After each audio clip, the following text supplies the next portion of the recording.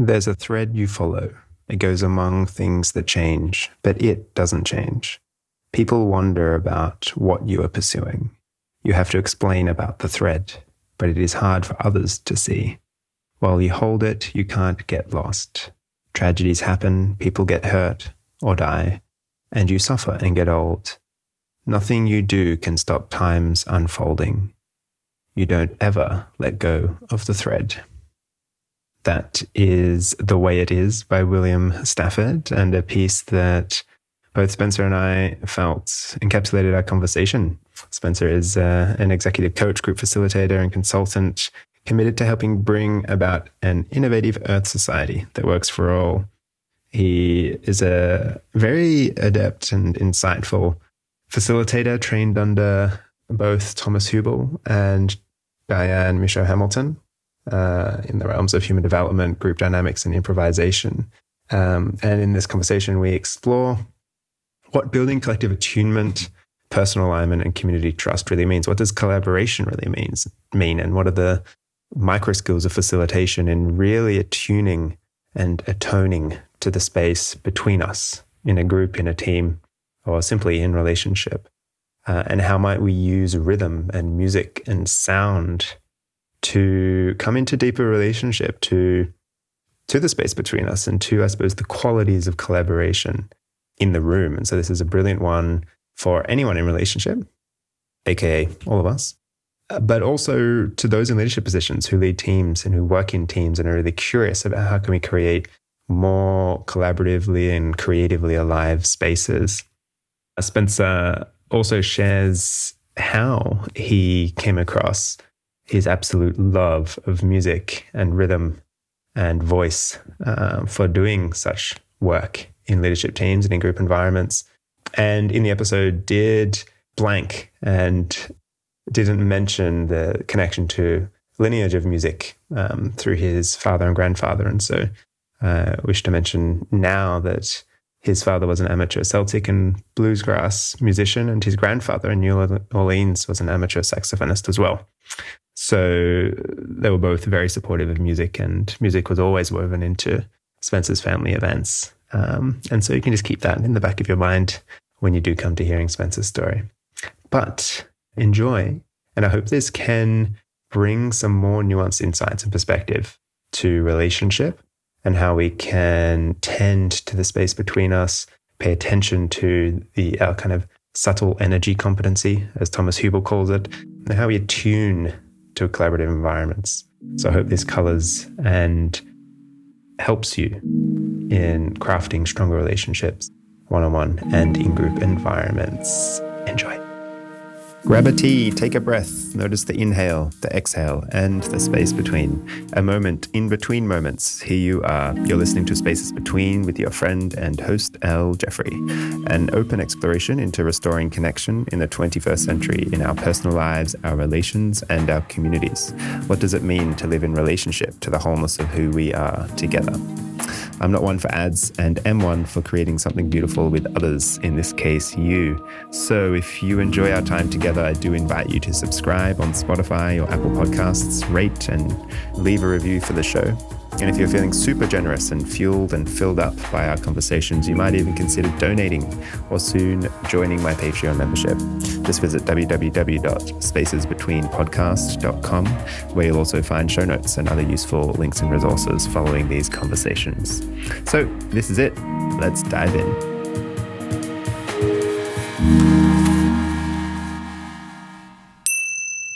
Spencer, thanks so much for taking the time. Yeah. Great to be here, Al. Yeah. So as I noted just in our conversation beforehand, I feel we're in radically different spaces right now. I'm in kind of a sterile, pristine white cube. And you're in what looks like a beautiful creative lodge. Yeah, just a way of building, I suppose, geographical context. Where are you now? Yeah, wonderful. So I am right on Wildcat Creek in the regional park here in the north end of the bay, the East Bay. We're just looking out. I have a little farm that the deers have ravaged in the last couple of days. And yeah, just here in the Bay Area. Lovely. Yeah, and I suppose there's a bit more broader context. It's hard these days to have a conversation without noting COVID. And yeah, I notice in me the tendency to not once in a while, but also it feels incredibly important just to note, the context in which we are living in this time. Yes. Yeah, and so I'm curious how you are making meaning of this time for yourself. Yeah.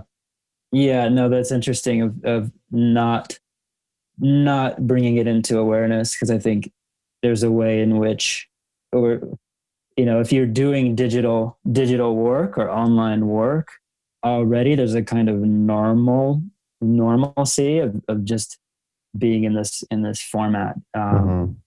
Yeah, but it's in the background.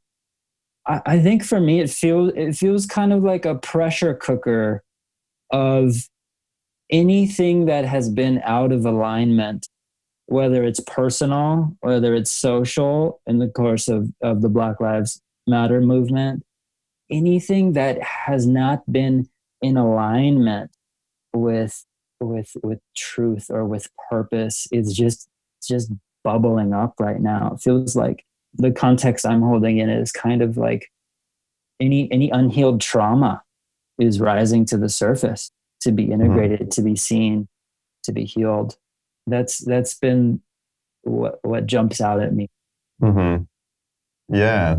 And I'm curious how you're, like, if that's which I really resonate with, that these times, and I suppose reflected on how, just simply times of solace, full stop, allow these things in the kind of subterranean of our experience to come to the surface, and we can either turn towards them or strengthen tendencies to turn away. Right. And at the same time, like if we think about the grieving process and kind of activism, oftentimes activism can be rooted in the kind of anger, which is like stage 2 of the grieving process, which is of course not linear, but as a framework. But when we let anger, if we track anger back long enough, it usually ends up in a kind of grief or sadness. And in this time, it feels like, because many of us have been in lockdown, we've been kind of forced to sit with the anger in a way that it ends up then revealing sadness with it, which is really humbling. So I sense a different kind of activism coming through at this time.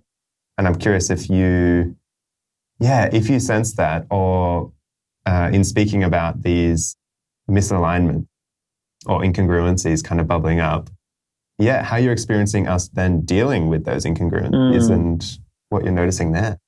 Yeah.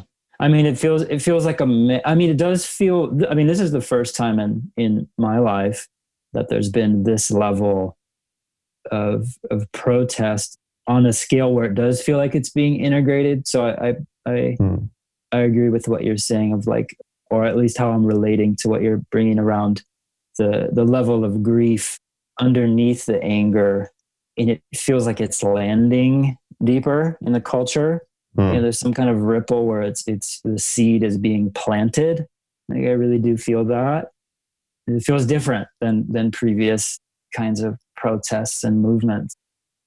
And then it's a mix, right? Because there's also just the echo chambers of folks expressing the anger, right? And then becoming entrenched on the other side. And I am concerned about that. It feels like a kind of like the process that we would need would be a deeply held ritual of healing and seeing, the truth and reconciliation in South Africa, or, these kind of orchestrated ritual moments as a culture being, we're totally unprepared, at least in this country, to face that.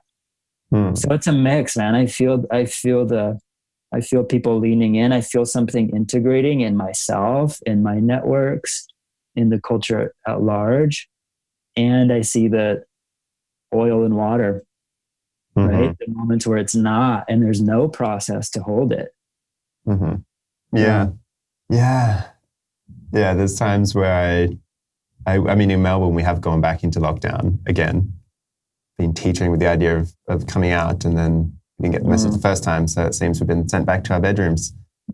But I'm almost, it's like in a rite of passage or a transitional process, an initiation, you have that container in the middle of the liminal space, but the integration afterwards requires just as much tenderness, design, and care and intention. True.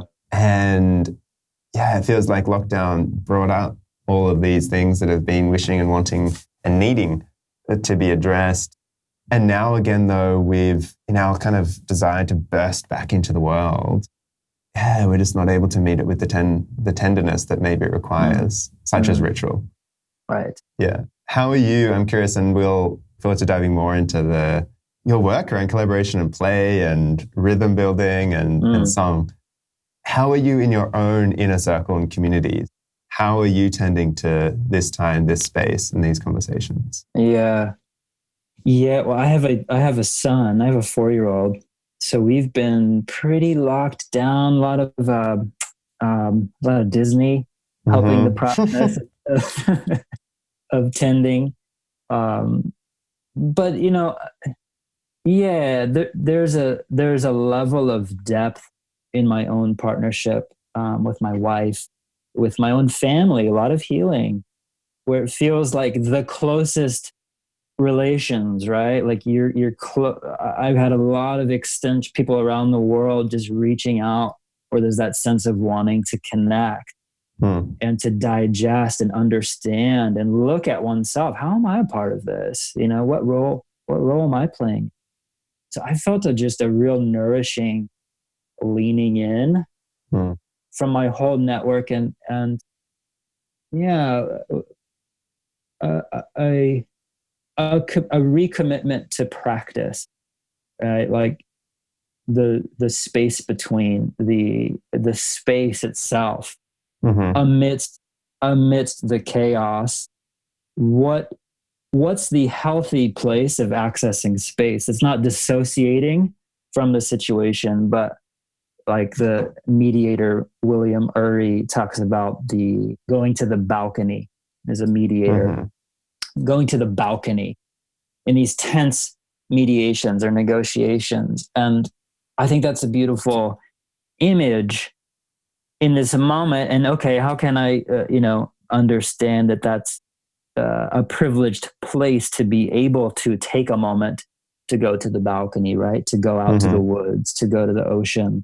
And like the Dalai Lama says, like, what use is it? People would ask him, why are you so calm in the face of the Chinese, like destroying his cities? He's like, well, let's think about it. Is it really more useful to have another more anxious, angry person here? Right? Like, I can hold a certain place. And he was speaking to that balcony place too. So I think just seeing that as well, like, wow, now I really need to commit to my practice, to show up, look at myself, be doing activism work in the world. And part of that, and that's so much of what the practices that you're bringing into the show, but to not throw that out as that's just a privileged place, but that's essential. This feels like a marathon, not a sprint. It feels like a sprint in the last 6 months, but it gotta have some endurance. Yeah. I love the idea of going to the balcony. Yeah, which is a privileged place. And at the same time, I feel to take responsibility for and to honor privilege is totally to practice, to strengthen our own inner capacities to relate to ourselves and others in a more wholesome way. Yeah. And so it's what's coming up for me is just the importance of self-regulation in this time. Knowing that we are all co-regulating, whether we know it or not, and whether we're intentionally co-regulating or not. Right. Which for me is such a foundational view of community, is co-regulation as a foundational kind of, I'm talking about intersubjectivity and the fact that we are all always co-regulating. And sometimes someone's got to be the gracious one, the gracious leader that says, actually, I'm going to calm my nervous system and know that there is a reciprocity between our mind bodies. And I'm going to welcome everyone into this space as well, without forcing it, just by magnetizing the space. Right. Which draws me into the lens of music, right? That sense of when you're I know we'll get into this deeper, but just the language of music is so helpful in that, because it's when you are creating improvisationally in the moment with another, you're doing that, right? You are co-regulating to create beauty. And there's a sense of, if someone starts moving faster, like they're picking up the rhythm, you have that moment where like, I can choose to just keep on the train I'm on, but this cacophony will emerge. Mm-hmm. So like you mentioned, that moment of grace of saying, oh, I see that things are shifting in this direction. I'm going to join that. What happens if I move with you and co-regulate in that way? So I love that, I find bringing people into those kind of practice spaces in my own work is so useful, because we can engage in exercises that are purely play-based, purely musical, using the language of co-regulation, of coherence, and then can stop and notice, well, what just happened in that last exercise? Let's break that down. How does that apply to other places in your life? Yeah. When you're in the relationship, when you're in the meeting room, when you're, with your kids, what just happened? What did you do in that moment to prototype some new behavior that could be applicable to other places in your life? Yeah. And play is just such a tool to soften the guards, I suppose. Yeah, I remember, and if Mum's listening to this, I hope she won't mind, but the first time I did contact improvisation with Mum, and Mum's been a bank manager for 15 years of her life. Brilliant at lining up her own life and her own goals, and I learned so much from Mum about determination, clarity, vision, discipline. But I remember when we switched roles and I asked, would it be okay if now I lead? And Mum absolutely hated it. And in the car on the way home was like, oh, I hate that touchy-feely stuff. Never make me do that again in one of your workshops. Ow. Da-da-da. And I was like, I wonder, like that kind of control, Mum, I wonder where else that might show up for you and create a kind of, what is that like at work, say, for instance? Right. Yeah, and it's such a good little window into our tendencies in a relational world, which I really love about things like play and improv. It's that they really place us into a relational context, and how we show up there very often is a little bit of a window and an inkling into how we might show up in other contexts. Yes. Yeah. So, I love the notion of, if we are going to not only survive, but thrive, maybe not even thrive, but just adapt and bounce back in this time as a species, that it is our ability to cohere, to collaborate, that is going to take us through. And so, I'm curious from your experience, what your definition of collaboration is, because there's so many different layers that one could see collaboration through. It might just be sticky notes on a whiteboard. It might be, singing and chanting in circle. Fundamentally, what have you come to feel as meaning collaboration? Yeah. I think for me, collaboration is the skill and the act of being able to listen to the collective, right? That I could be in this conversation now and just speak in a way pulled back into my own mind, into my own body, exploring ideas and not quite relating to you. And there's a way that we can start to train to actually, and it's beautiful, the title of the podcast, of the space between. Collaboration to me is the capacity to feel the space between and then use the personal self as a voice of that, which sounds kind of abstract, but is really just, can you feel the relationship and the whole while doing your thing, whatever it is? Like, you're in a meeting, can you actually be attuned to the body language in the room, to the vibe in the room, as well as the content, Can you just be in tune with that? And then when you have something to bring forth, you're not dropping all of that information to say your piece, but you're including that information and then expressing, or like in in contact improv, right? You have the floor, you have the other person, you're including all of their breath, their slight impulses. You're choosing when to receive and when to push back. So that's it for me. It's like a sense of listening to the we, to the right. Yeah, a sense of attunement to the whole, but without. Yeah, I mean, it's the dance or the dexterity of being able to attune to the whole, but to not merge with the whole, like still be super sensitive to and bracketing your part, bracketing your experience so it doesn't color the whole. But being able to live in both and to keep, I suppose, what some would call like keep your mind in mind. And by mind, not just this thing that exists in the cranium, but mind being your kind of embodied relationality, keeping your mind in mind and others' mind in mind as well. Right. Yeah, which is such a fine art. Yes. And I just always reflect on, I suppose, our relationship to time in the way that we've currently structured our working and living lives, and how the pace at which we move and the amount of color that fills our calendars, in my experience, simply does not allow for the time to practice with the absolute sensitivity and patience that it actually requires to have that attunement. Yeah, and it's rare, right? Like, you can go through, 25 years of schooling from, grade school, middle school, high school, college. You can go through all of that and learn a lot of content, specific content, biology, literature, whatever, math.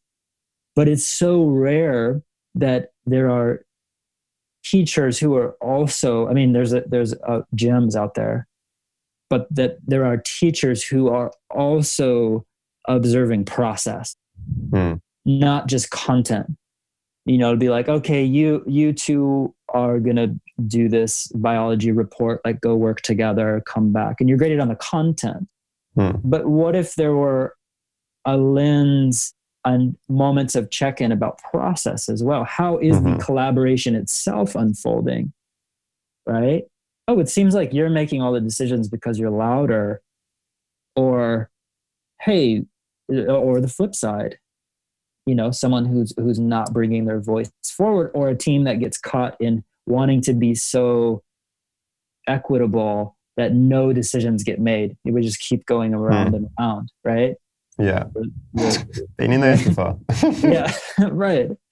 So I think that we need spaces, like you're saying, outside of, super helpful. We can do deep dive kind of retreat settings, but we can also start to include these ways of being into work, but just bringing a language for let's bring an eye to process. Let's bring an eye to how, subtle energy is a word that gets thrown around a lot, but is helpful in thinking about it, as a different way of saying process, right? Tracking energy.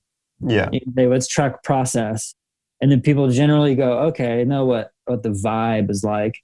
Yeah. Like, okay, that felt off, or that landed. There's a sense of like people can relate to those words. But energy is also a skill set in terms of tracking. One of my teachers that I studied with for about 6 years or so, Thomas Hubel, calls it subtle energy competency. Like, these are competencies that we need to actually practice, much like we practice, math multiplication tables, or and there are whole ways to do that. So I like to personally blend that with music, and bring different exercises and pause at different moments and say, okay, how coherent are we right now? What are you noticing in your own body in relationship to the whole group? And if we have these moments where we can pause, stop animation and take note of what's happening, we can start to build that little, I don't know what you want to call it, little sensor in the back of your awareness as to, how is the process flowing right now? And then can I do that? Can I have that sensor online while keeping my, rational mind where I'm tracking the content? Yeah. Yeah. I love that. What was it? The subtle energy Yeah. Yeah. Which is a constant, it is a way of being in the world, which I find a funny thing to bring to leadership space, because for many of us, our education stops after maybe tertiary college.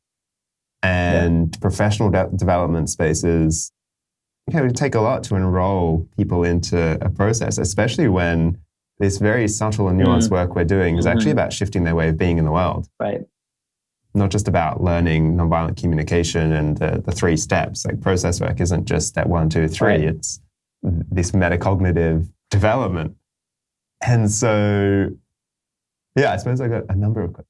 But I'm curious about your experience of enrolling people in, in every team, there's usually a creative blocker. There's usually someone who just does not want to be there. And through co-regulation also, they become quite viral in the space. Right.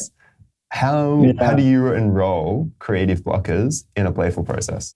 I think it's challenging, but you have to make it real for them. So, right, like I always come back to communication in general. Like every person can relate to communication when it goes off track and relationships are damaged and projects are ruined and there's financial cost, right? It's like rare that organizations will have major problems through something technical. It of course happens, but the deepest problems are interpersonal problems, or where things just go off track, right? You have 2 people not speaking to each other who are on teams. It's like, how are we going to succeed at these major complex problems when these kind of things are happening? So I think everyone can relate to that,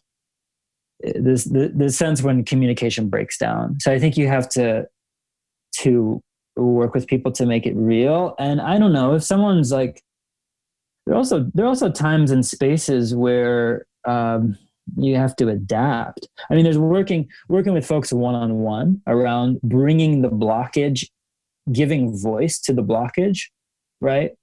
If someone is a hardcore no, there's ways of bringing that in playfully, right? Like, let's give voice to the part of us that doesn't want to be here. Like, what is that? And then if we're doing something through movement or sound, there's ways to bring that in. I want you to, stand here on this side of the room, and what's your rhythm of saying no? Let's give voice to this in the process. And of course it depends on what's the intention. Is this a group of people who are coming out to the woods to pray and contemplate and, come together in sound for the joy and the prayer of sound? Or is this in an organizational context in which we're dealing with a mediation situation where there are 2 parties? I might not bring play into that dynamic, right? It might be when play starts to emerge, that's when we know we're getting somewhere, right? Like when humor begins, when bodies start to open up, then we can maybe draw. But I think it's also, I do try to be sensitive to, it's not in every environment that people want to play, nor is play always the answer, right? So it does depend on the situation. Yeah, I don't know. Yeah, no, of course. What's, I suppose, coming up for me is just loops back to the necessity of attunement, because as a facilitator, you can enjoy play, and when there is play in a workshop, and expect all workshops or all interventions or all circles to be playful. But sometimes that's not actually supportive or productive. And so it's about attuning again to the space.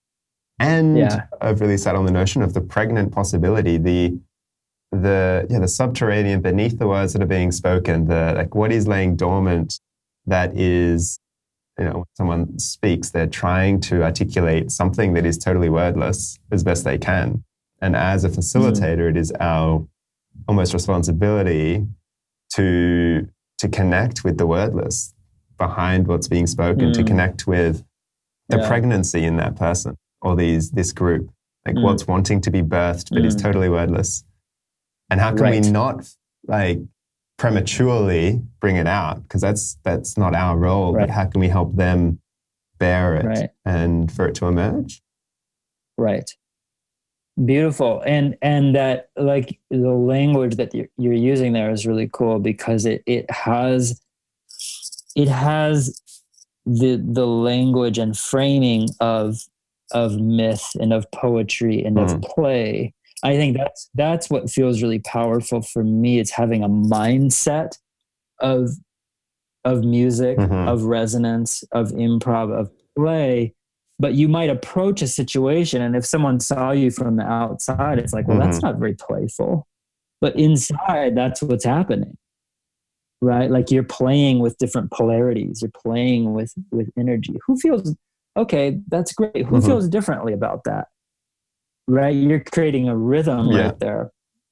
All right, now we have something on the upbeat. Who wants to pick up that pole? It's very slow, different than music, obviously. Yeah. But that does feel important, right? As those of us who dance between creative space and professional development space, is what's more of an inner practice and what's the outer practice? When does this actually take form as group song? And I find that to be really powerful, like beginnings and endings of workshops, to bring song in. Is a really nice way of creating just moments of ritual in a culture where we, don't have any. It's like, welcome, places, please.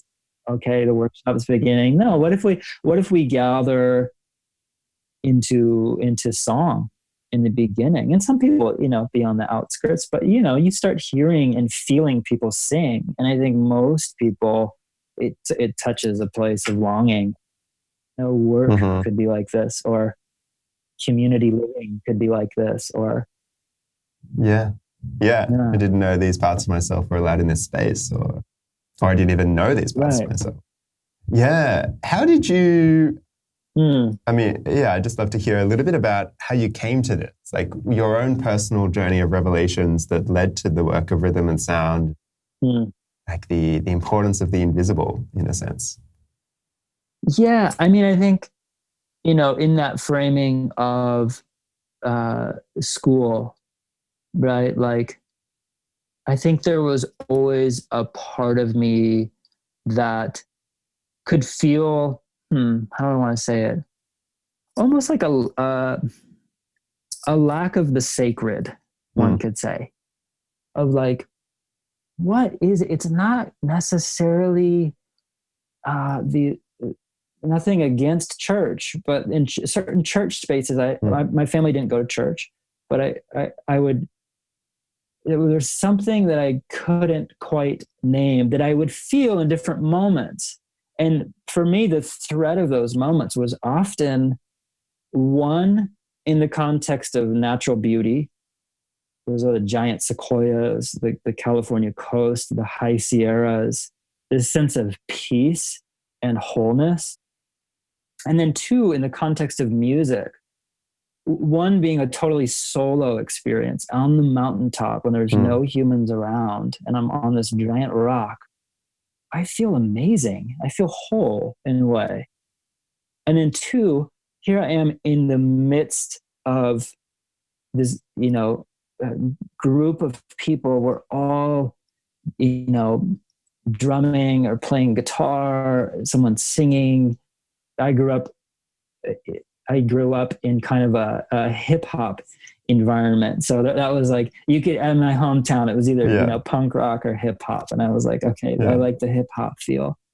But being with a group of people and you have a beat going and passing around, freestyling, just one person to the next, one person to the next. And there's this way that helped me access the depths of my soul that, like you said, there's the pregnancy in the moment. In music, it felt like I could access those. There would be moments of flow, right? Where you're going non-cognitive into sound, into rhythm, into expression, which felt like a deep cleansing of the psyche and clearing and connection, and it was rowdy, and it was with a bunch of people. And so I just got to this place of like, what would it look like? And that's part of what Birth Enlivened is. Just, these are the places where I feel my soul most alive. And when I create that space for other people, I see people come alive in a way that I hadn't seen prior. It's like, and it involves, so now that's what I do is I take people. I mean, I do it indoors as well, but taking people in small groups, even smaller now due to COVID, but small groups outdoors on kind of excursions, experiences. And it combines personal practice. So there'll be seated questions around purpose, around vision, around challenges. I don't do too much specific teaching around nature connection, like species and that kind of thing, but it's more relating to the environment, the support of land. Land to me has very different expressions. The mountains, the ocean, certain pieces of land seem to encourage different parts of us to come forward. So I try to take groups to different places depending on the intention. And then combining that with interpersonal pointing out, right? Like engaging in musical practice and using that as a framework to point out ways of being and navigating, and giving people the opportunity to that's one of the things I love about improv specifically, is it gives you an opportunity to prototype just a different way of being. If you want to come at this song with like, some kind of crazy warrior energy, like go for it. Like try out what that feels like in your body and what that accesses in you. If you want to, you want to go prayerful, singing to the trees or whatever, like what are you searching for in your expression in life that you feel like is missing, and how can you give voice to that at first without words? It might just be sound, harmony, rhythm, and then let's talk about what was that? Where do you think that came from? How could you bring more of that into your life? So there's this, to me it feels like I'm just really interested in creating a culture in these, starting in these kind of little Jedi groups that go out into the wilderness, of like building a culture around fluency of the subtle, fluency of navigating group dynamics, capacity to express parts of ourselves or parts of the space that aren't being spoken to, and then to integrate that. Bringing the national mind back online. Let's talk about it. Yeah, that's beautiful. Yeah. Hearing, firstly, how simple I don't want to say it was for you, but how simple you made it. That like, cool, nature and group process, group creative process, like that's it. And sure, it's evolving. And sure, there are little things that you add in and take out. But I suppose the depth of listening and conviction almost, just to say that's actually okay to have those two. I mean, I lead a number of people, and sometimes it's in team group processes, or sometimes it's just one-on-one through like the Ikigai kind of purpose finding process, the Venn diagram with the intersection between, what you love, what you're great at, what you find purpose in, and what you can be paid for. But it's often such a big process for people to actually have the self-recognition and worth to say that actually I can just be in nature and be doing group processes and play my guitar, and that can be my thing. But just the mind keeps searching. because it doesn't feel like that's available or that's an option or that's okay. Yeah. And so I suppose as a tangential question, just what was your process around choosing that? I mean, it feels collaborative, right? Like there's something in Enliven, for me, the name of the business and the name of the experiences that I do, that feels like at the core, it's me. And it's almost, I feel in a way like these things kind of choose you, which sounds, right. It's, but it feels like that. It feels like something, I'll just use this language. It feels like something that that culture needs, our spaces like this. And on another level, it feels like what the earth wants, which feels like a stretch to say, but it also, that's my experience, is like, there's something about going into wild spaces and joining in this way. It's very intentional. It's very prayerful, which wasn't always easy to kind of accept. Like, I think there's, in the inner growth space, it's like kind of adult developmental psychology and more rational kind of like picking apart cultural dynamics. But there's this other side of me that's actually much more drawn to soul expression, which can get left out of the rational models or the kind of way, the lenses that we can put on and look around and say, oh, wow, okay, that's what's happening in this space. But to pull back on more of an intuitive level and just go out and sing, I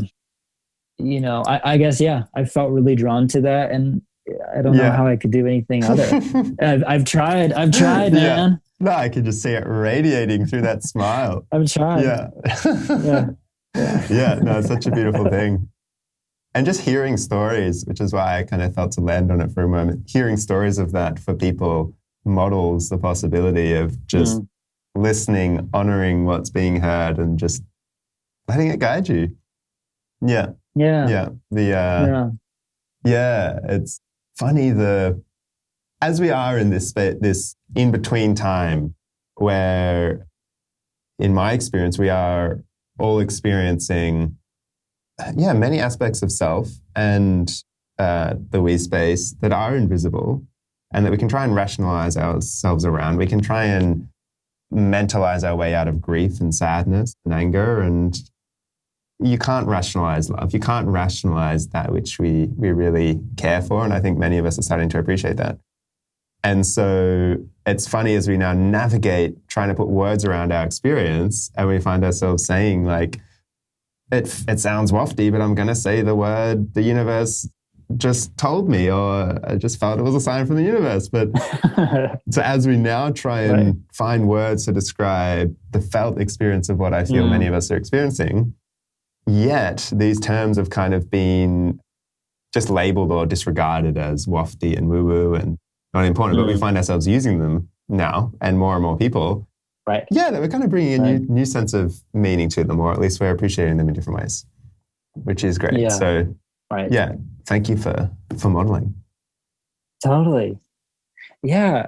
It I think in a larger sense, a lot of my work, your work, many people's work is it feels like we are crafting or creating.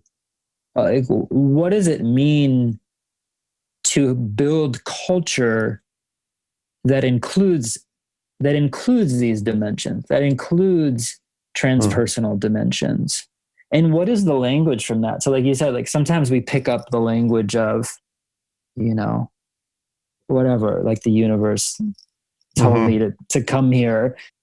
And we're like, we can pull things from like previous eras. We're generating new language. I think we're really searching. I am really searching. That's like I'd say a subcurrent of my work is like, what does it mean to have a Western culture, a global culture, not just Western, but it feels lacking in the West, which is why I say, but a planetary culture that's meta modern or beyond modern, and what is the language, around the sacred, around soul, around subtle energy, right? Where we can start to, like the Tibetans who have, I don't know how many words for different crystalline states of mind, like the Inuit have whatever 25 words for snow, but we just say conscious. We go to all these conferences and it's like consciousness. It's like, okay, what is that? Right. So we kind of lack the aesthetic language to describe some of these things. I think that's a really rich area that I'm interested in. And also at the same time, restoring meaning for like the study of etymology, restoring meaning to words that have lost, like the word psyche being rooted in the word sukha, Right. which means spirit or breath. Yet our study of psychology, the study of the psyche, has been totally rooted in just inside the cranium, and that's it. And so also remembering the wisdom of the ancients that is actually embedded in the words we use. Yeah, beautiful. So I love that note. And just permission for everyone listening. Use the words you like that help you articulate the feelings you're feeling. Yeah. Yeah. Right. Welcome them in. Right. Yeah. Experiment, right? Go nonverbal if you like, and then try to translate what's coming out. Or as you experiment with words, start to gather with those of us who are using other words, and let's create a language. Let's create culture around Who this. knows what we'll emerge? Yeah, I'd love to bring it into some, there have been so many lovely little snippets of some practical things that we can do. But I suppose thinking in two contexts. One, as say a team lead or someone who is guiding a team. What are some, like if you weren't engaged to come in on site and to run a program, but you just were offering some advice to support said leader or facilitator in creating a kind of coherence or attunement in the group. What's something, without knowing too much about the group, what's something that you would suggest as something start to build a kind of coherence? A couple different things kind of jump out.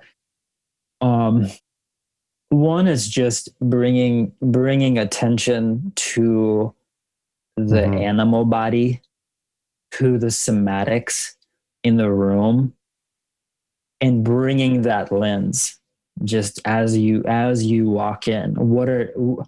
What's happening in your body? What's happening in the room?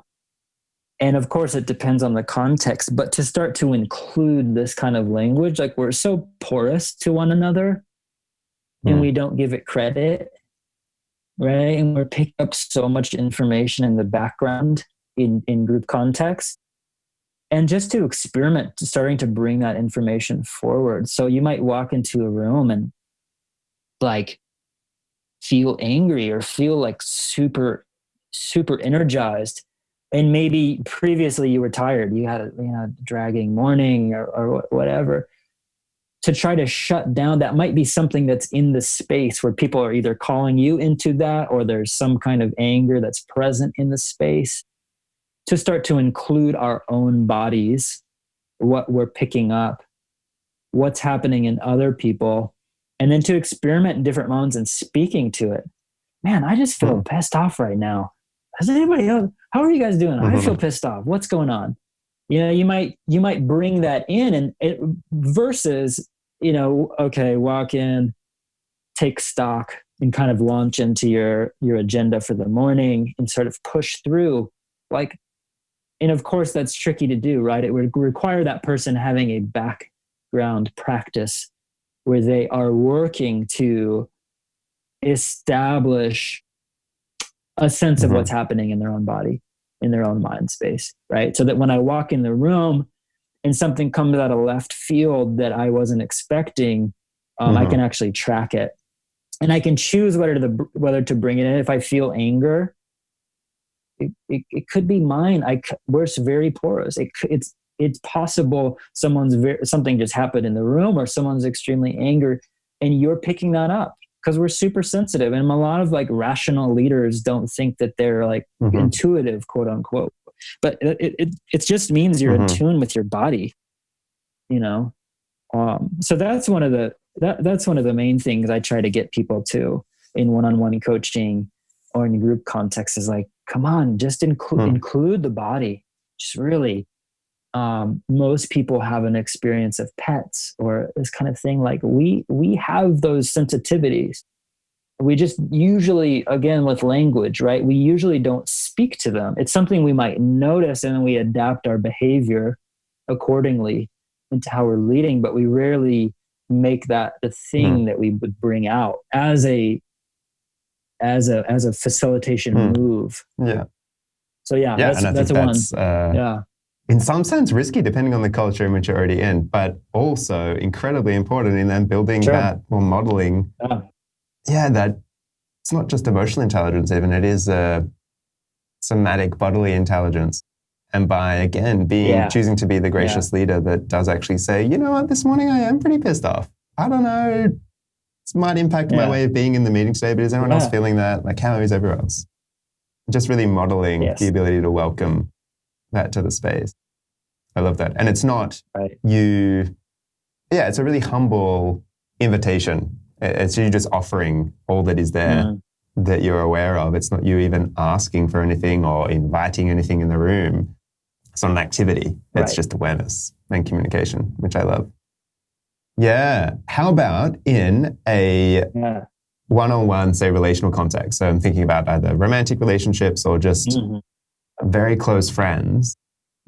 Yeah. What's something that, in order to really foster a space that is conducive to maybe that pregnant possibility we're talking about, but in the space between just say yourself and your partner or yourself and a really close friend, what are some things that you've come to do regularly that really help you just drop into a deeper way of being together? There's a practice of both when I'm working with people one-on-one, when I'm with my wife, there's a way that there's kind of a dual lens that we can put on people. And I say put on because it is kind of a bit of a weight, right? If there's a way that I could focus on Al in the full recognition of your maturity, of your fullness, right? And then I can rest in that. I can rest in relating to the aspects of you that are fully developed and fully mature and resting, right? And in our moments of trigger, let's say you got Spencer, what the hell? You got really, really, really triggered. It might be easy for me to lose sight of that full blossomed quality of Alan. I might put my attention on the faults or the ways of your imperfections in that moment of responding or whatever, right? And I could focus in on that. A lot of times what happens is you might do that, and then I would walk around kind of in defense. I would refocus or relate to you in that way, maybe out of a habit or some way of condensing. So the practice that one of the practices that feels really important to me is both in ourselves, recognizing there are parts of us that are less developed, that are less full grown, right? That we're holding from previous times. And there are parts of us that are fully mature, fully resting. And those are in relationship. So bringing a lens into relationship to see and acknowledge the mature one, right? Even in moments when someone else gets triggered, to have used this word earlier of grace, right? To have the grace to relate to someone's wholeness and their maturity, which gets super tricky if someone is really triggered. And it starts with ourselves, right? Okay, I'm noticing myself getting triggered. Can I take a one breath, breathing back in, to the fullness of myself that's holding other parts? Can I take a one breath into the fullness of this other person. So yeah, kind of that dual lens, like a mature and still developing, and just seeing that those are two lenses you can kind of access with someone. Yeah, I love that. Yeah. And it's similar to, I suppose, to loop back to the beginning around that kind of dexterity of holding the whole and being intimate with the parts at the same time. Not dissociating, but not completely being lost in the forest. And to gift others that grace of our ability to hold that at the same time. And hopefully hold the hand of those parts of them that are still maturing. Yeah. Yes. In also then having the vision of the developed. Yeah. I love it. Yeah. So good. Beautiful. So in starting to close, for you, I'm curious, you mentioned that one of your kind of questions or inquiries that you're sitting with at the moment is around language, and how do we start to build language or new language or new ways of articulating the new story or the culture that is wanting to emerge. Yeah. What are some questions or inquiries that are kind of on the edge of your confusion or creativity or Yeah, I mean, that's definitely one of them. A lot of them circle around that. Like, what's the language of the story that's wanting to be born? There's kind of the story of like a more holistic world and this kind of thing, but there feels like there's a deeper kind of aesthetic, like the architecture, the language, the stories that have soul woven in, not just a kind of interconnected Gaia, but something that has that like humanity to it as well. So yeah, language, rituals, rites of passage, like again, without it being too weird or woo-woo, but like what are the, how can we start to create the rituals for youth to come of age, to welcome elders into eldership, I have a son. So that's just on my mind. Like what are the forms of education? You really think about education feels so essential right now. Like we're really not producing. This is a very mechanistic way of saying it, but we're not producing humans who are fit for the job, right? Of actually stewarding the planet. And there's a radically different way of educating. So I'm really, some of my work borders on that realm of like experimenting with new formats of education. I haven't worked too much with youth, but that's been on my mind. It's like, why wait until, we have leaders in companies?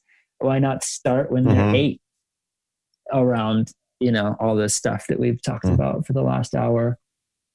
So yeah, kind of like, how do we produce humans that have a noble culture that holds them? Yeah. It's such an image, producing humans. And yes, very mechanistic. And also it's partially the way that we must look at it. Like the conditions, the soil, the fertility in the soil determines the blossoming of the flora. So how are we tending to the soil? And education being, that for me, it also resonates. That's a big part of my inquiry at this time as well.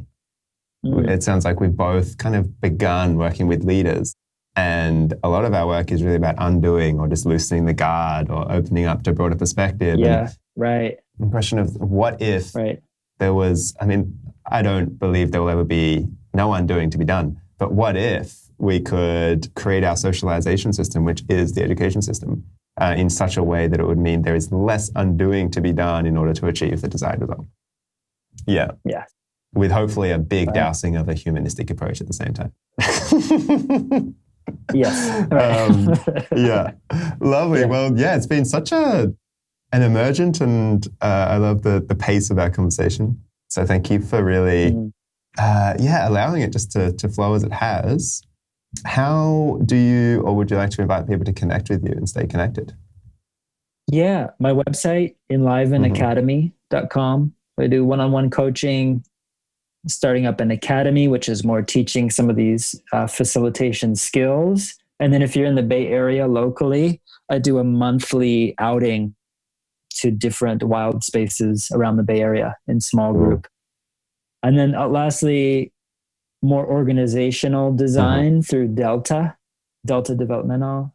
And yeah, I also work with a co-living network called Open Door that helps foster authentic community. And if you are interested in starting a community, check them out. Yeah, I love their work, and Jay and the team. I'll make sure I link everyone in the show notes. Any parting invitations or offerings before we close? Yeah, I'd maybe say find a time where you can go out somewhere wild. It could be a farm, a garden, a bank of a river, a field, where you can be on your own and just ask the question or questions that you're holding and see what comes. Be still, be quiet, connect to the place and ask your questions. Beautiful. Yeah, thank you. Thanks so much, Al. Yeah. Pleasure to talk with you, man. Always feel so, well, not always feel so full, but this conversation, I feel so full. Awesome. Yeah, right. Same, brother. What questions are still whirring inside for you? What landed and rung loudly for you? Let's take a moment. Thank you for joining me for another life-affirming and enriching conversation, each one a light, a torch to guide us on our path to being in right relationship with ourselves, those we walk with, and the ecologies we are very much a part of. I trust this has gifted you something to place in your toolkit to support you in your journey and your leadership. Make sure to connect with me and leave any comments on my Facebook or Instagram page at @ljeffrey, and check out the links in the show notes. This show is completely funded by listeners just like you, so if you feel generous and wish to be part of nourishing these inquiries that we're exploring together, you can leave a once-off donation or soon subscribe to my Patreon membership. Show notes, resources, and donations are all at www.spacesbetweenpodcast.com. Until next time, remember, we can't rush our way back. Notice connections and tend to the sweet, sweet spaces between. Lots of love.